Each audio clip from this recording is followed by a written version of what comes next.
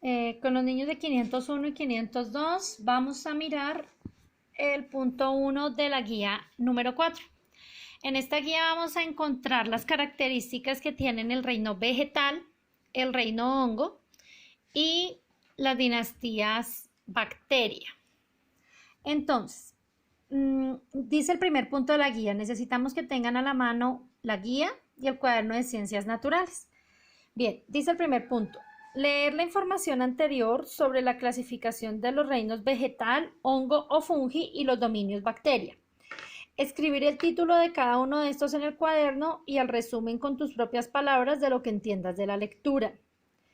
Recuerda, si se te facilita reforzar los temas consultando en un libro, en páginas de internet o videos, puedes hacerlo. De lo contrario, no hay problema.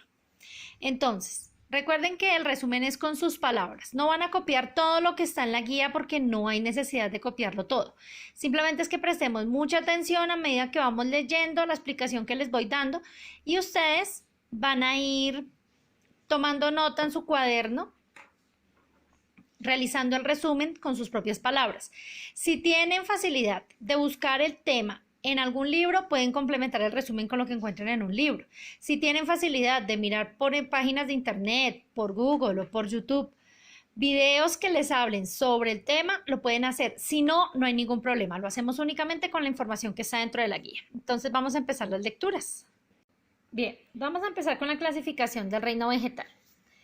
Entonces dice, el reino Plantae o reino vegetal es aquel grupo de seres vivos a los que comúnmente se les conoce como plantas o vegetales. Está conformado por aproximadamente unas 260.000 especies que se encuentran distribuidas en diversas clasificaciones como plantas leñosas, hepáticas, musgos, helechos, plantas herbáceas y arbustos. ¿Qué quiere decir? Que todas las plantas y vegetales están dentro de este reino vegetal. Esa fue la clasificación que se les dio. La forma de vida de las plantas y vegetales se adapta a entornos que están en el agua, ecosistemas acuáticos y también en la tierra, ecosistemas terrestres. Aparte de ser capaces de sobrevivir en ambientes extremos de calor y frío, por otra parte son seres vivos y comparten sus características principales.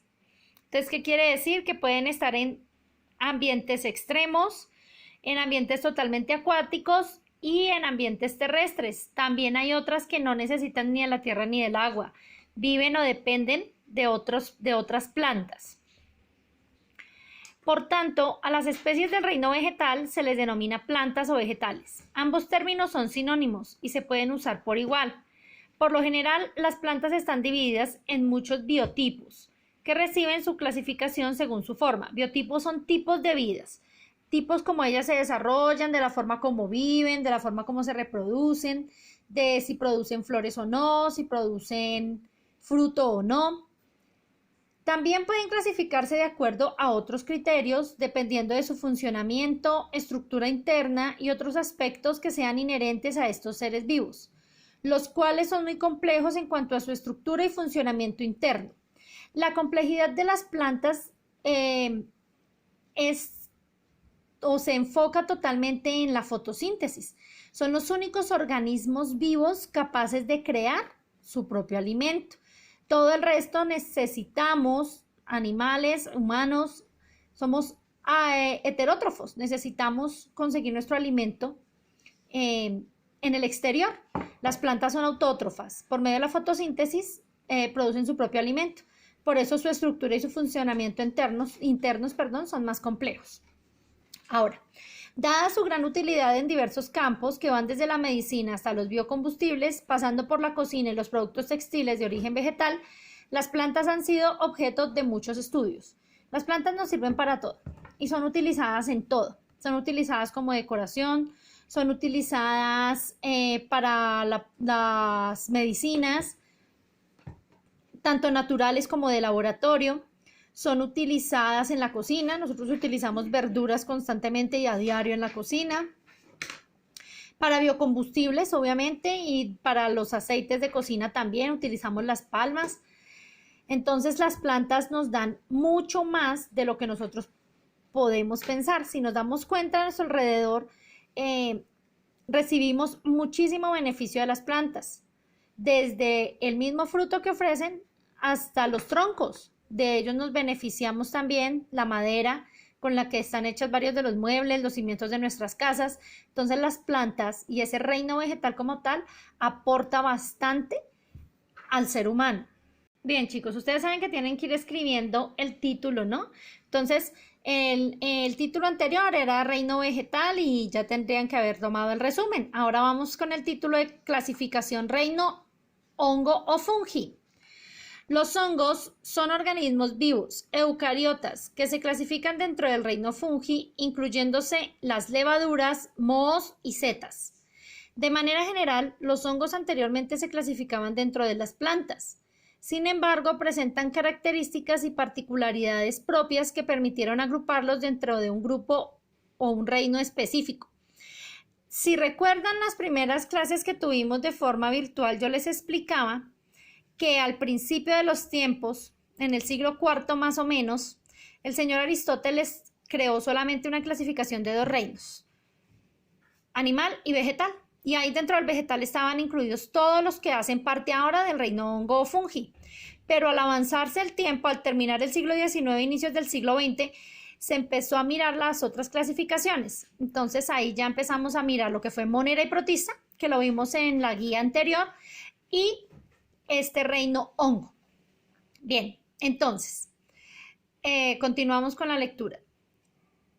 El fungi, diferente al de las plantas, las características principales para separarlos de las plantas es que los hongos son heterótrofos y sus paredes celulares no están construidas a partir de celulosa. Dichas paredes se componen de un biopolímero llamado quitina. ¿Qué quiere decir eso? Los hongos son heterótrofos, o sea, ellos están alimentándose de otro organismo. Por eso no podían hacer parte del reino vegetal, porque en el reino vegetal son autótrofos. Acordémonos que eso se los expliqué ahorita. Entonces ellas, al ser autótrofas y los hongos heterótrofos, pues tienen unas características totalmente diferentes. Igual con lo de las paredes celulares de las plantas son en celulosa y estas son en quitina, que los hacen más duros, más gruesos. En los organismos multicelulares que se encuentran agrupados en el reino fungi, se tiene por lo general un desarrollo vegetativo enmarcado por la formación de un micelio compuesto por hifas. Las hifas son estructuras alargadas que tienden a estar compuestas por varias células, son como tiritas que van conformando los hongos. Los hongos que tienen tallito y esos hongos que están así paraditos, que son parecidos a los champiñones, ellos tienen hifas. Pero no todos los hongos tienen hifa, porque hay hongos que no se dan así en la tierra ni que se están paraditos como los champiñones, sino que están en la humedad, se desarrollan en los alimentos, en los organismos. Entonces hay distintos tipos de hongos. Bien, continuamos. Cada célula contiene componentes celulares importantes para el funcionamiento articulado de toda la hifa. En relación a esto, existen también un desarrollo reproductivo que puede ser sexual o asexual. En dicho desarrollo, el hongo, dependiendo de las características ambientales, esporula para dispersarse y colonizar ambientes cercanos o mantenerse latente, pero viable durante condiciones adversas. ¿Qué quiere decir? Los hongos son muy resistentes a las condiciones adversas, a los distintos climas, a los distintos organismos en los que se hospedan. Su reproducción puede ser sexual o asexual. Puede ser porque se unan dos células y se forme un nuevo hongo, o el mismo hongo de manera asexual libera esporulas. ¿Qué son esporulas? Son como huevitos que va liberando el mismo hongo para crear un organismo igual a él. ¿Bien? En el desarrollo reproductivo, las setas son las que son como los champiñones. Macromicetos o verdaderos hongos forman un cuerpo fructífero, que es lo que normalmente vemos y conocemos como hongos. Algunos de estos son comestibles y otros tóxicos, lo que les hablaba de los champiñones, pero no todos los hongos son comestibles. Ojo, hay unos que son tóxicos. Es más, chicos, la gran mayoría de los hongos son tóxicos y hacen daño al organismo. Bien, las levaduras y los mohos no presentan las características macroscópicas de las setas. Sin embargo, cumplen funciones similares en cuanto a la degradación de compuestos. Asimismo, las levaduras son organismos unicelulares, o sea que las levaduras tienen una sola célula y se reproducen de forma asexual, ¿ok? que tienen generalmente reproducción asexual y cuentan con un gran potencial biotecnológico, investigado principalmente en la industria alimentaria donde se usan en procesos fermentativos. Los mohos son multicelulares y son organismos que descomponen gran cantidad de alimentos, pero son utilizados biotecnológicamente para producir fármacos y en cadenas de producción alimenticia. Entonces, ¿qué quiere decir esto, muchachos? Resulta que la levadura es utilizada en la industria alimenticia, en el pan, en los ponqués, en la cerveza. Entonces, ella es asexual y unicelular. O sea que de una sola célula van a surgir muchas levaduras. ¿Listo? Y no es perjudicial para la salud porque es utilizada biotecnológicamente.